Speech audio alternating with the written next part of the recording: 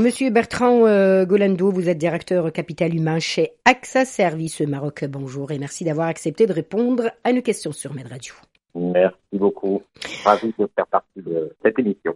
Alors, Monsieur Golando, vous adoptez le travail à domicile sur la base du volontariat en alignement avec les nouvelles pratiques en matière d'organisation du travail international.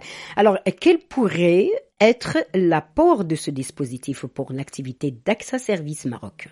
Alors, ça a été une décision que nous avons prise, on va dire l'année dernière, suite aux différents événements que tout le monde a pu vivre depuis 2020 avec le Covid.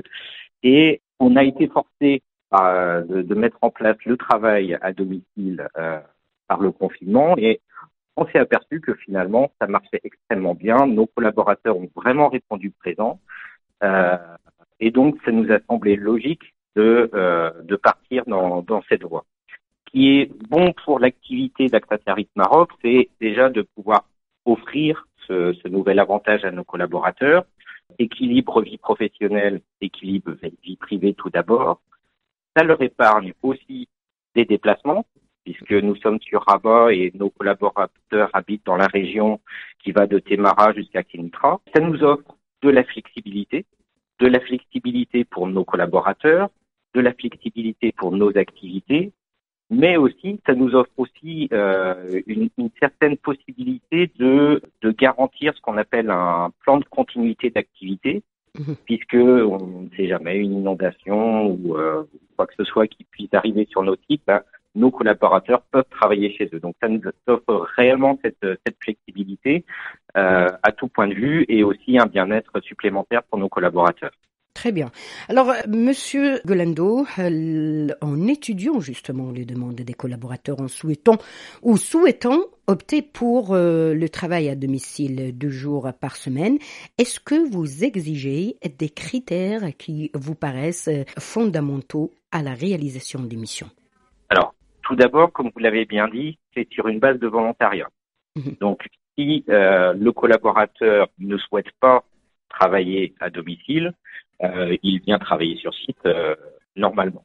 Ensuite, comme vous l'avez compris, le cadre réglementaire marocain est totalement inexistant. Donc, il a fallu qu'on mette en place différents éléments pour sécuriser ce dispositif. Et justement, dans ce dispositif, nous avons certains critères d'éligibilité au travail à domicile. Et vous avez bien noté qu'on parle de travail à domicile. Et c'est quelque chose d'important pour nous parce que c'est aussi un cadre important à avoir chez soi pour pouvoir travailler de chez soi, c'est-à-dire un environnement calme, non bruyant, isolé et avec une garantie que le collaborateur travaille dans des normes d'ergonomie internationales. Alors, nous n'allons pas vérifier ceci chez le collaborateur, bien évidemment. Maintenant, on sensibilise énormément nos collaborateurs à ça. Donc, c'est la garantie d'un environnement propice au travail. L'autre critère majeur que nous avons, c'est justement sur l'autonomie de nos collaborateurs. Pourquoi je parle d'autonomie? Nous travaillons dans l'assurance. Nous avons des conseillers en assurance qui travaillent aussi bien sur la gestion de sinistres auto, le dommage aux biens, la santé, l'épargne, l'assistance. Et donc, du coup, ce sont des métiers qui demandent beaucoup de connaissances, beaucoup de compétences en lien avec les assurances et donc qui nécessitent une certaine montée en compétences. Donc, alors que le collaborateur est considéré comme autonome, à ce moment-là, nous lui validons ce travail à domicile. Et comment on vérifie cette autonomie? C'est au travers d'évaluations régulières que font les managers et toute l'équipe encadrante pour voir effectivement si le collaborateur peut travailler en autonomie ou a besoin de quelqu'un qui est à côté de lui pour lui expliquer plusieurs choses. Monsieur Golando, ça va être notre dernière question, si vous permettez. À quelle proportion ce dispositif, dans la mesure où il permet un équilibre travail-vie personnelle, pourrait augmenter justement la compétitivité de l'intégration des salariés? Alors, la compétitivité des salariés, en fait, je parlerai peut-être plus de productivité. Comme je vous le disais en introduction, on a eu une réponse d'engagement très très forte de nos collaborateurs lors de l'expérience du Covid. Et nous avons même remarqué certaines surperformances de nos collaborateurs puisque ils nous ont vraiment aidés lors de cette période à passer ce cap très difficile du Covid. Donc oui, ça augmente quelque part l'engagement de nos collaborateurs dans le sens où, comme je disais tout à l'heure, il y a un peu moins de stress du transport, un peu moins un réveil un peu plus tardif. Donc du coup, ça veut dire un collaborateur. De sous-prétexte aussi. J'ai raté le bus, j'ai raté le train.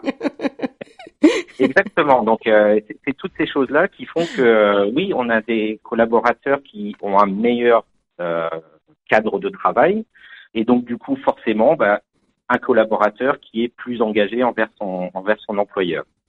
L'intégration, par contre, comme vous l'avez remarqué, on a uniquement deux jours par semaine, puisqu'on a remarqué que lors de la période critique du Covid, on avait des collaborateurs qui ne sont pas revenus sur site pendant 2 mois. Il ne faut pas oublier que le cadre professionnel est aussi un cadre social très fort. J'ai coutume de dire qu'on passe quand même beaucoup plus de temps au travail que chez soi. Donc, il y a vraiment un lien social qui se fait au travers de la présence en entreprise.